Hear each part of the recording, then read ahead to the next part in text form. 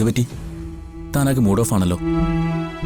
നാളെ വിഷു അല്ലേ, അപ്പുറത്ത് വിഷുക്കണി ഒരുക്കുന്നതിന്റെ തിരക്കാ. അതിനെന്താ, നമുക്കും വിഷുക്കണി ഒരുക്കാലോ. ആദ്യം അച്ഛൻ്റെ കയ്യിൽ നിന്ന്, പിന്നെ ഏട്ടന്മാരുടെ. എല്ലാ വർഷവും അങ്ങനെയായിരുന്നു. ഇത്തവണ ഞാൻ ഒറ്റയ്ക്കായിപ്പോയി. ഒറ്റയ്ക്കല്ലല്ലോ, ഞാനില്ലേ. സാരില്ലടോ, നമുക്ക് നമ്മൾ മതി. രാവിലെ വിളക്ക് കൊളുത്തി വെച്ച് പരസ്പരം കൈനീട്ടം കൈമാറി നമുക്ക് വിഷു ആഘോഷിക്കാം. എല്ലാ വർഷവും ഞാൻ അച്ഛനൊരു കസവും കൊണ്ട് വാങ്ങിക്കൊടുക്കും. അതിനെന്താ, ഇത്തവണയും അതിനൊരു മുടക്കം വരുത്തണ്ട. അച്ഛന് കൈനീട്ടമായിട്ട് നമുക്കൊരു കസവും കൊണ്ട് തന്നെ വാങ്ങിക്കൊടുക്കാം. പക്ഷേ കൊടുത്താ തന്റെ അച്ഛനത് വാങ്ങുമോ? അച്ഛൻ വാങ്ങും, എനിക്കത് ഉറപ്പാ. അച്ഛൻ വാങ്ങുമായിരിക്കും, പക്ഷേ ഏട്ടന്മാര് ഒരു നല്ല ദിവസമായിട്ട് അവരെന്തെങ്കിലും പ്രശ്നം ഉണ്ടാക്കിയ എല്ലാവരുടെ ഒരു നല്ല വിഷു നഷ്ടപ്പെട്ടത് നമ്മൾ കാരണമാണെന്ന് പറയില്ലേ? അതുകൊണ്ട് നമുക്ക് നമ്മുടെ വിഷു ഇവിടെ തന്നെ ആഘോഷിച്ചാൽ പോരെ? അവരുടെ ആഘോഷമൊക്കെ കഴിഞ്ഞ് നമുക്ക് അച്ഛന് കൈനീട്ടം കൊടുക്കാം. അതല്ലേ നല്ലത്? അത് മതി.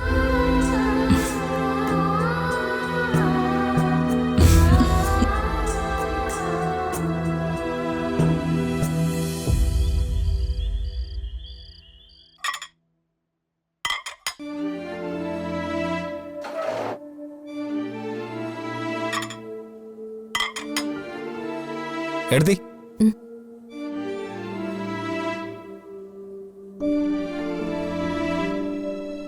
എടുത്തി എന്തിനാ അവർക്ക് വേണ്ടി ഇങ്ങനെ സംസാരിക്കുന്നത്? നന്ദേട്ട ഒരിക്കലും സമ്മതിക്കാൻ പോകുന്നില്ല. നന്ദേട്ട മാത്രമല്ല, ഞാനും. ഇത്രയ്ക്ക് വൈരാഗ്യം കാണിക്കേണ്ട കാര്യമുണ്ട് സന്ദീപേ? കാര്യമുണ്ട്. അവള് മറ്റാരെ കല്യാണം കഴിച്ചാലും ഞങ്ങൾ അംഗീകരിക്കുമായിരുന്നു. അന്ന് അവള് നമ്മളോട് ചെയ്തൊക്കെ എടുത്തി മറന്നുപോയോ? സന്ദീപേ, ഇതിപ്പോ സ്നേഹം ധനുഷ് ഇവിടെ വേണമെന്നുള്ളത് അച്ഛന്റെ ആഗ്രഹ. അന്ന് കുഞ്ഞുങ്ങളുടെ ചോറൂണ് ചടങ്ങിന് ഒരു തവണ അവർ ഈ വീട്ടിനകത്ത് വന്നു. അന്നത് അച്ഛന്റെ ആഗ്രഹത്തിന് വഴങ്ങിയ ഞങ്ങളത് സമ്മതിച്ചത്. പക്ഷേ ഇനിയത് പറ്റില്ല.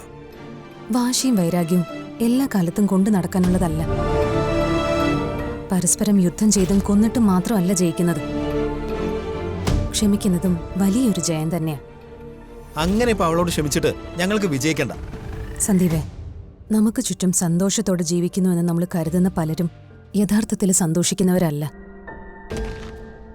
മറ്റുള്ളവരുടെ മുമ്പിൽ സന്തോഷം അഭിനയിക്കുന്നവരാ.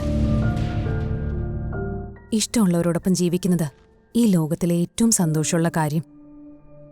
ഇഷ്ടമില്ലാത്തവരോടൊത്തുള്ള ജീവിതത്തിലെ ഏറ്റവും വലിയ ദുരന്തവും.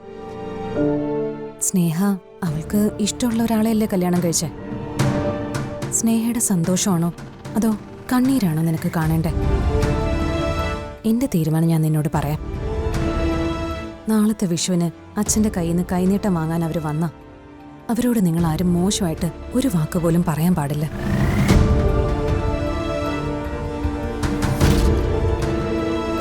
പറഞ്ഞ പിന്നെ ഒരു വിഷുവിനും കൈനീട്ടം വാങ്ങാൻ ഞാൻ ഈ വീട്ടിലുണ്ടാവില്ല. ഇത് നന്ദേട്ടനോട് കൂടി നീ പറയ്. എടുത്തി മാങ്ക